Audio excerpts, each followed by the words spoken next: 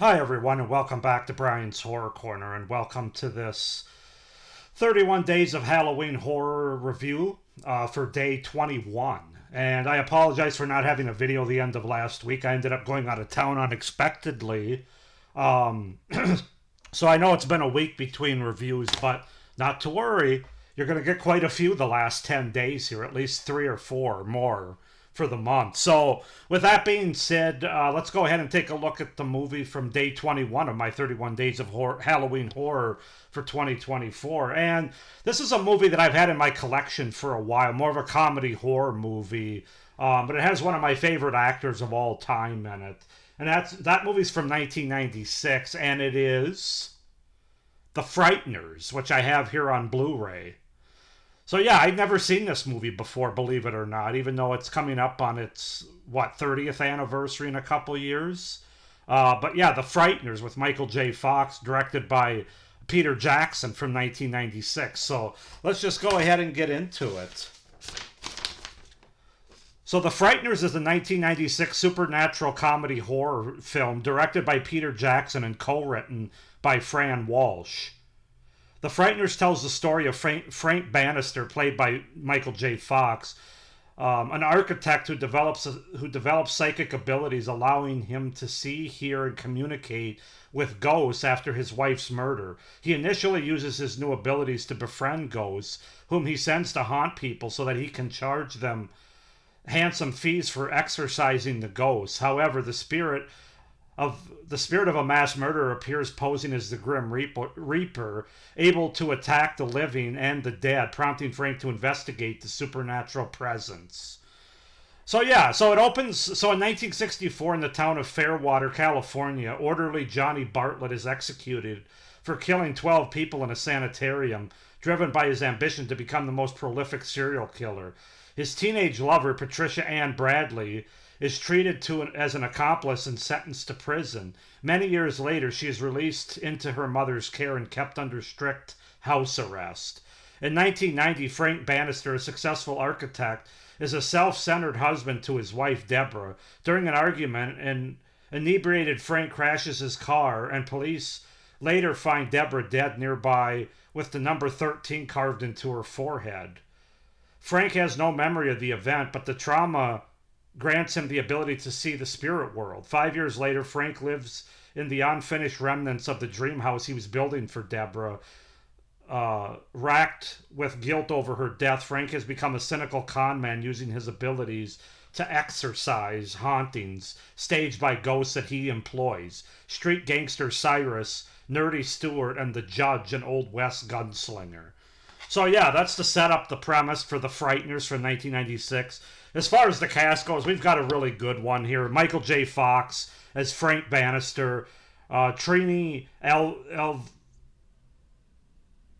Alvarado as Lucy Linsky, Peter Dobson as Ray Linsky, John Aston as the Judge, Jeffrey Combs as Milton Dammers, Dee Wallace Stone as Patricia Bradley, Jake Busey as Johnny Bartlett, Chi McBride as Cyrus, Juliana McCarthy as Old Lady Bradley, and Arlie Lee Ermey as Hiles, I think it's pronounced. So yeah, great cast there. So that's to set up the premise and the cast for the 1996 Peter Jackson comedy horror film The Frighteners. I really had a good time with this movie. I'm surprised it's not talked about more, frankly. As far as a comedy horror goes, that's usually hit or miss for a lot of people, including me. But for the most part, this one worked for me. So let's just get into the things that I liked about The Frighteners, starting with the pros here. And as I said, you got to start with the cast of this movie. The cast in this movie is really good, really fun, entertaining. They seem to be all in on portraying these characters and the type of comedy ghost movie that they're in, while still telling a story and from an emotional standpoint for certain characters as well. I just love the cast in this movie. You got a lot of the B horror actors and actresses from the 80s. A lot of other cameos and just fun appearances. I was thoroughly entertained as a result of the cast in this movie. And kind of going off on that note, the performances by specifically Michael J. Fox, Jeffrey Combs, D. Wallace Stone, and Trini Alvarado, I think are all really solid and add a lot of gravitas to the movie. Also seeing Arlie Ermy basically portraying his Full Metal Jacket character as a ghost in the cemetery here, and Chi McBride, who plays one of Michael J. Fox's characters, employed ghosts, is a lot of fun. What they do with these characters and also the comedic aspects to them as well. I just had a really great time and thought everybody gave a really great effort. Sometimes this kind of movie, they kind of go overly silly, especially when you have more dramatic actors. And obviously this movie has a nice mix of both dramatic and comedic actors in it, which is another thing that was really fun. But I thought everybody hits the comedy, and they also hit the drama or the emotional, more darker appeal of the movie when they need to. I thought everybody was on point with this movie. So that's definitely at the top of my pro list. The movie has a lot of special effects by Peter Jackson with the ghosts and the things that are going on. I think they're quite impressive and well done for the time specifically. It adds a lot of fun and visual flair and visual appeal to the movie. It's really fun and easy to watch this movie, both from the cinematography, from the special effects. There's a lot going on in this movie. Has a lot of visual appeal and production value. And on that point, very well directed movie by Peter Jackson for one of his earlier movies. It's both effective in its execution of the story as well as giving us the fun look and atmosphere that makes this movie more of the comedy side, more of a comedy horror movie. It's both fun and effective for what it's going for, which that's really all you can ask for a comedy horror movie. And then also, so the one thing that surprised me about this movie that I didn't realize, there's some emotional connection and character arc in this movie, especially for Michael J. Fox's character, the main character of Frank Bannister.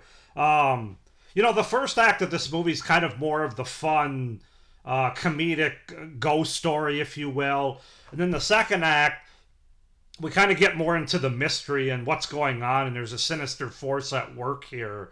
And then the third act is really just is kind of balls to the walls combination, but more or less trying to fight the bad guys, the bad ghosts or demons, whatever you want to call them, to save the day, if you will. And so I thought it had a really nice 3-act arc to this movie that works more than it doesn't, for sure.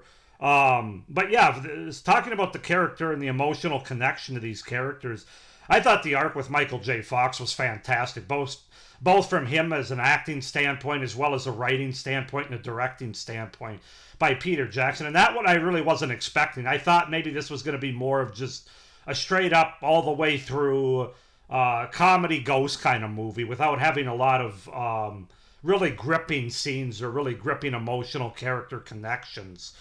So that's one thing that surprised me the most about this movie in a positive way. Really, really fun, really entertaining movie, The Frighteners, with great performances and a great cast. As far as cons go, there are a few.